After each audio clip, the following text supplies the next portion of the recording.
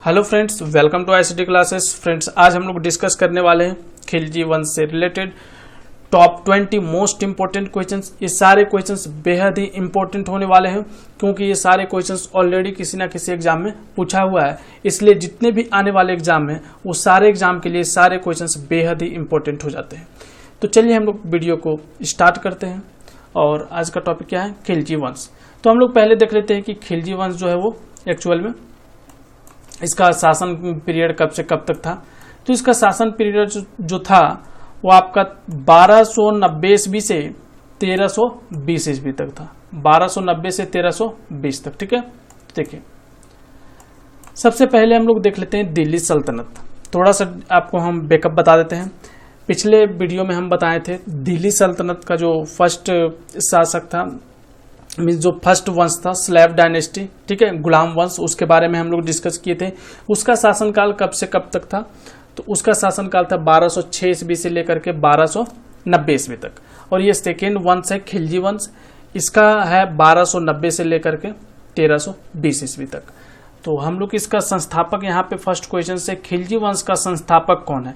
खिलजी वंश का संस्थापक कौन है? ऑप्शन ये सही होगा, जलालुद्दीन खिलजी। जलालुद्दीन खिलजी कब इसका वंश को इस्टेब्लिश किया? 1290 ईस्वी में। और कितने दिन तक जलालुद्दीन खिलजी शासन किया? तो ये 1290 से 1296 ईस्वी तक इन्होंने शासन किया था, ठीक है। 1290 से लेकर के 1296 तक, ये 1296 तक, ठीक है। चलिए हम लोग नेक्स्ट क्वेश्चन डिस्कस करते हैं।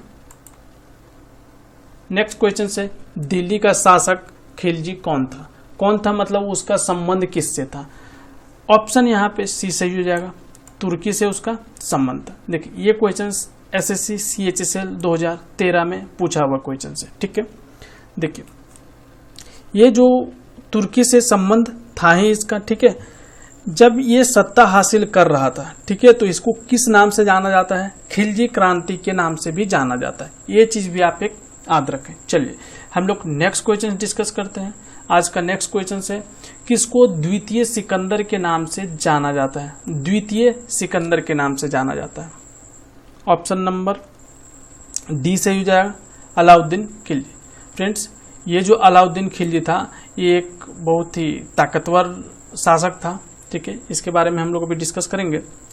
देखिए एक्चुअल में हुआ क्या, ये जो था अलाउद्दीन खिलजी वो खुद को ही सिकंदर ए सानी का मतलब सिकंदर ए सानी घोषित कर लिया था। सिकंदर ए सानी का मतलब क्या होता है? इसका मीनिंग ही होता है द्वितीय सिकंदर, ठीक है। वो ऐसा क्यों किया? वो चाहता था कि वो विश्व का विजेता बने। वो चाहता था कि वो पूरे विश्व पे विजेता बने, विश्व का, ठीक है। बट इसका शासनकाल कब से कब तक रहा था? 1296 से लेकर के 1316 ईस्वी तक। किसका? अलाउद्दीन खिलजी का। और जलालुद्दीन खिलजी का कब से कब तक था? पता होगा आपको, 1290 से लेकर के 1296 तक। 1290 से 1296 तक। और अलाउद्दीन खिलजी का 1296 से लेकर के 1316 ईस्वी तक, ठीक है। चलिए तो हम लोग नेक्स्ट डिस्कस करते हैं नेक्स्ट क्वेश्चन। नेक्स्ट क्वेश्चन से, किस शासन काल में सबसे अधिक मंगोल आक्रमण हुए?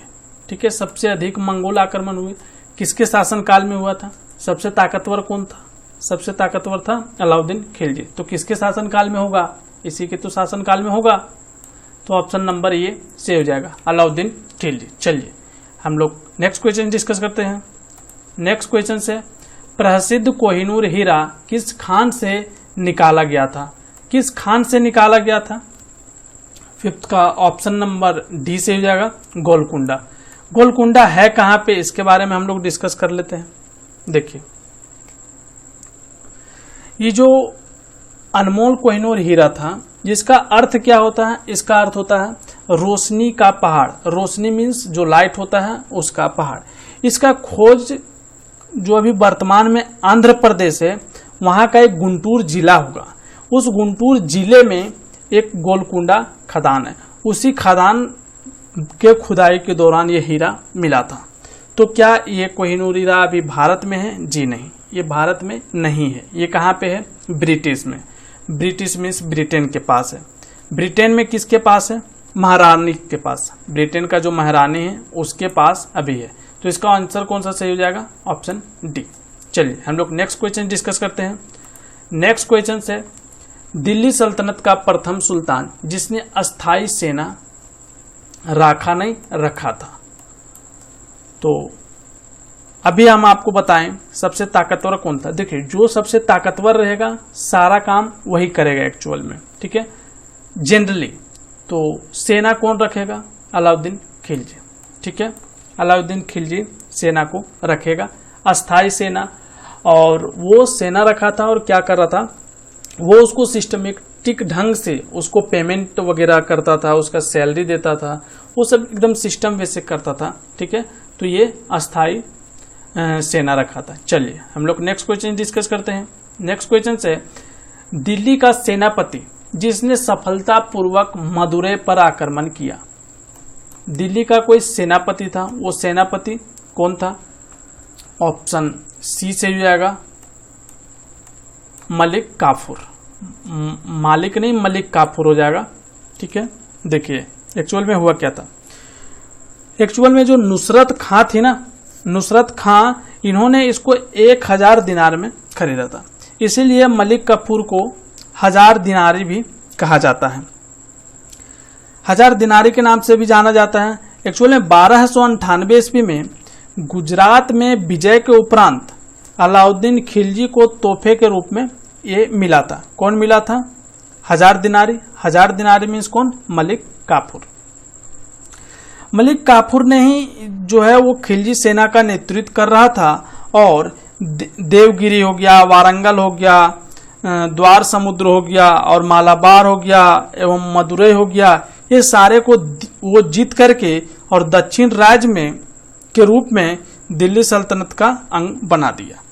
तो यहाँ पे क्वेश्चन आपका क्या था? दिल्ली का सेनापति जिसने सफलतापूर्वक मदुरै पर आक्रमण किया था, कौन था? मलिक काफूर, ठीक है, ऑप्शन सी। चलिए हम लोग नेक्स्ट क्वेश्चन डिस्कस करते हैं। नेक्स्ट क्वेश्चन से, अलाउद्दीन खिलजी के आक्रमण के समय देवगिरी का शासक कौन था? देवगिरी का शासक कौन था? ऑप्शन नंबर ए सही हो जाएगा, रामचंद्र देव। रामचंद्र देव कहाँ का था? देवगिरी का शासक था। और हम लोग इसमें कुछ देख लेते हैं। देखिए, ये जो था आपका प्रताप रुद्र, ये कहाँ का शासक था? प्रताप रुद्र जो था वो था वारंगल का शासक। और यहाँ पे जो है राणा रंजीत सिंह, ये कहाँ का शासक था? ये था चित्तौड़ का शासक, ठीक है, ये चित्तौड़ का शासक था और ये कहाँ का था? वारंगल का। देखिए चित्तौड़ का बात है, चित्तौड़ कहाँ पे है? राजस्थान में। तो राजस्थान में भी 3 लड़ाइयाँ हुआ था। चलिए तीनों को भी हम आपको बता देते हैं कौन कौन सा हुआ था। एक हुआ था रणथंबोर, दूसरा कौन था? चित्तौड़, और तीसरा कौन था? जालौर, ठीक है। ये 3 वहां पे हुआ था राजस्थान में, ठीक है। चलिए हम लोग नेक्स्ट क्वेश्चन देखते हैं। नेक्स्ट क्वेश्चन से आज का, चित्तौड़ के कीर्ति स्तंभ जिसको विजय स्तंभ के नाम से भी जाना जाता है, का निर्माण किसने करवाया था? किसने करवाया था? ऑप्शन नंबर बी से हो जाएगा, राणा कुंभा ने। राणा कुंभा ने इसको बनवाया था, ठीक है। देखिए ये जो कीर्ति स्तंभ है, एक्चुअल में इसको बनाया क्यों था उसके बारे में थोड़ा सा देख लीजिए। राजस्थान का जो चित्तौड़गढ़ है वहां पे ये स्थित है एक्चुअल में, जिसका निर्माण महाराणा कुंभ ने कब किया था? 1448 ईस्वी में। क्यों किया था? देखिए, मालवा का जो सुल्तान था महमूद शाह खिलजी को उन्होंने क्या किया था? युद्ध में परास्त किया था। उसी के मतलब परास्त किया था, उसी के खुशी में या यादगार में इसने इष्ट देव विष्णु के निर्मित यह कृति था। मतलब जो ये बनाया था वो कौन बनवाया? मतलब बनवाया ये था, लेकिन उसका जो डिजाइनर था वो कौन था? इष्ट देव विष्णु, ठीक है, बनवाया था। इसका ऊंचाई कितना है? इसका ऊंचाई 22 मीटर है ऊंचा। और मंजिला अगर बात करें हम लोग, उसका मंजिले मीन्स तल्ले के हिसाब से तो कितना है? वो 7 तल्ला है। तो इतना चीज आप इससे याद रखें। आंसर कौन सा है इसका? बी। चलिए हम लोग नेक्स्ट क्वेश्चन डिस्कस करते हैं। नेक्स्ट क्वेश्चन से, अमीर खुसरो किसका राज दरबारी था? किसका राज दरबारी था? ऑप्शन नंबर बी सही हो जाएगा, अलाउद्दीन खिलजी का राज दरबारी था। ठीक है, चलिए हम लोग नेक्स्ट क्वेश्चन देखते हैं। नेक्स्ट क्वेश्चन से बाजार अधिनियम नीति किसके द्वारा लागू किया गया था? बाजार अधिनियम नीति किसके द्वारा मीन्स किस शासक के द्वारा लागू किया गया था? ऑप्शन नंबर सी से हो जाएगा, अलाउद्दीन खिलजी। अलाउद्दीन खिलजी, देखिए अलाउद्दीन खिलजी जो था वो बाजार अधिनियम नीति को अपने बड़े सैनिकों के रख रखाव के लिए शुरू किया था। उसका बहुत बड़ा सेना था, बोले थे वो अस्थायी सेना को क्या किया था, गठन किया था। तो उसका रख रखाव के लिए उन्होंने क्या किया था, ये बाजार अधिनियम नीति लाया था। इसका उद्देश्य था कि कम खर्च पर बड़ी केंद्रीयकृत सेना रख पाना संभव हो सके। वो बहुत से कम खर्च में चाहता था कि बहुत बड़ा सेना रख सके। अन्य सुधार भी उन्होंने किया।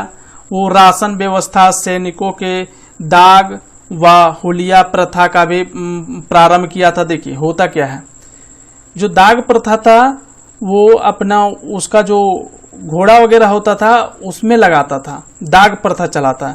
और एक हुलिया था, जो भी वो सैनिक था उसको एक हुलिया प्रथा के थ्रू उसको पहचाना जाता था। तो सेना को नगद वेतन भी देता था और तुर्की का जो अमीरों पर जो लगान लगाता था और 24 करों के माध्यम से जनता पर धन संचय को भी नियंत्रित करता था। तो इतना वो करता था और अब सेना को मैनेज करता था। तो यहाँ पे आपका सिंपल क्वेश्चन है कि बाजार अधिनियम नीति को किसने लागू किया था? Option C, Alauddin Khilji.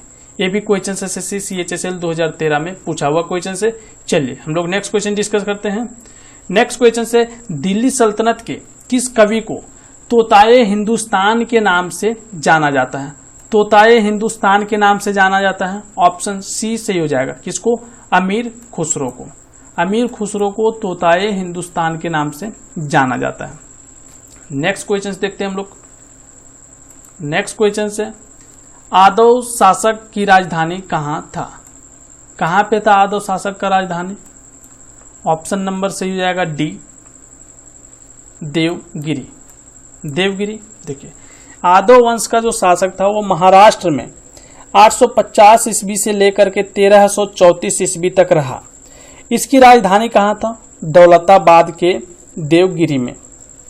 आदव भारत का राजवंश था जिसने अपने चरमोत्कर्ष काल में, चरमोत्कर्ष काल क्या होता है अभी बताएंगे आपको, काल में तुंगभद्रा से लेकर के नर्मदा तक के भूभाग पर शासन किया।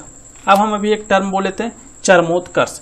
चरमोत्कर्ष होता है मतलब जब वो सबसे ज्यादा पावरफुल हो उस समय, सबसे ज्यादा पावरफुल हो उस समय उसको क्या बोलेंगे? चरमोत्कर्ष। ठीक है, उस समय वो तुंगभद्रा से लेकर के नर्मदा नदी के भूभाग तक को शासन किया था। ठीक है, चलिए हम लोग नेक्स्ट क्वेश्चन देखते हैं। और आज का नेक्स्ट क्वेश्चन है हजार दिनारी के नाम से कौन जाना जाता है? अभी भी हम बताए थे आपको, हजार दिनारी के नाम से कौन जाना जाता है? मलिक कफूर। कफूर नहीं, काफूर है एक्चुअल में। तो हजार दिनारी के नाम से क्यों जाना जाता है? क्योंकि इसको 1000 दिनार में खरीदा गया था। ठीक है, 1000 दिनार में इसको खरीदा गया था। चलिए हम लोग नेक्स्ट क्वेश्चन देखते हैं। और आज का नेक्स्ट क्वेश्चन है आपके लिए पद्मावत के रचयिता कौन है? पद्मावत के रचयिता कौन है? इसका ऑप्शन सी सही हो जाएगा, मलिक मोहम्मद जैसी। मलिक मोहम्मद जैसी जो है वो पद्मावत के रचयिता है। ये कौन सा लैंग्वेज में लिखा गया है? तो ये अवधी लैंग्वेज में लिखा गया है, अवधी लैंग्वेज में। ठीक है, ये भी कभी कभी एग्जाम में पूछ लिया जाता है। चलिए हम लोग नेक्स्ट क्वेश्चन देखते हैं। नेक्स्ट क्वेश्चन से अलाउद्दीन खिलजी का वास्तविक नाम क्या है? ऑप्शन नंबर बी से हो जाएगा, अली गुरसप्पा। गुरसप है एक्चुअल में। ठीक है, अली गुरसप। किसका? अलाउद्दीन खिलजी का वास्तविक नाम। नेक्स्ट क्वेश्चन देखते हैं हम लोग। नेक्स्ट क्वेश्चन से आज का मलिक कफूर किसका सेनापति था? मलिक कफूर किसका सेनापति था? किसका था? अलाउद्दीन खिलजी का। Alauddin Khilji, option number A सही होगा। नेक्स्ट क्वेश्चन अलाउद्दीन खिलजी के प्रसिद्ध सेनापति जिसका मृत्यु मंगोल से लड़ते हुए हो गया था, मंगोल से लड़ते हुए हो गया था, वो कौन सा सेनापति था? ऑप्शन नंबर ए से हो जाएगा मलिक कफूर। यही वो सेनापति था जिसका मंगोल से लड़ते हुए क्या हो गया था? मृत्यु हो गया था। इतना चीज आप ध्यान रखें। चलिए नेक्स्ट क्वेश्चन देखते हैं आज का हम लोग। आज का नेक्स्ट क्वेश्चन है, कोहिनूर हीरा अलाउद्दीन को किस शासक से प्राप्त हुआ था? मीन्स कौन से शासक के पास ये हीरा था जो अलाउद्दीन को मिला था? ऑप्शन नंबर बी से हो जाएगा प्रताप रुद्र द्वितीय, प्रताप रुद्र देव द्वितीय। इसी के पास वो हीरा था, कोहिनूर हीरा, जो बाद में किसको मिल गया? अलाउद्दीन को। और आज का लास्ट क्वेश्चन हम लोग डिस्कस करने वाले हैं। आज का लास्ट क्वेश्चन है आपका, किसको मंगोलों की मौत के नाम से जाना जाता है? मंगोलों की मौत के नाम से जाना जाता है। Option number A Zafar Khan. Zafar Khan जो था उसको मंगोलों के मौत के नाम से जाना जाता है। इतना चीज हम लोग डिस्कस कर लिए आज 20 मोस्ट इंपोर्टेंट क्वेश्चंस किया था। 1320 ईस्वी में तुगलक वंश का स्थापना किया था। तो नेक्स्ट वीडियो में हम लोग देखेंगे तुगलक वंश के बारे में, ठीक है। तुगलक वंश के बारे में वहां पे हम लोग डिस्कस करेंगे। तो इसका नेक्स्ट वीडियो आपको बहुत जल्द मिलने वाला है। तो फ्रेंड्स, ये वीडियो आपको कैसा लगा कमेंट करके जरूर बताएं। अगर आपको ये वीडियो अच्छा लगा तो प्लीज वीडियो को लाइक करें, शेयर करें, और अगर आप मेरे चैनल पे न्यू हैं तो प्लीज चैनल को सब्सक्राइब करके बेल आइकन जरूर से प्रेस कर ले, ताकि नेक्स्ट मेरे आने वाला वीडियो आप देख सके सबसे पहले। Thank you for watching this video. Take care and bye bye.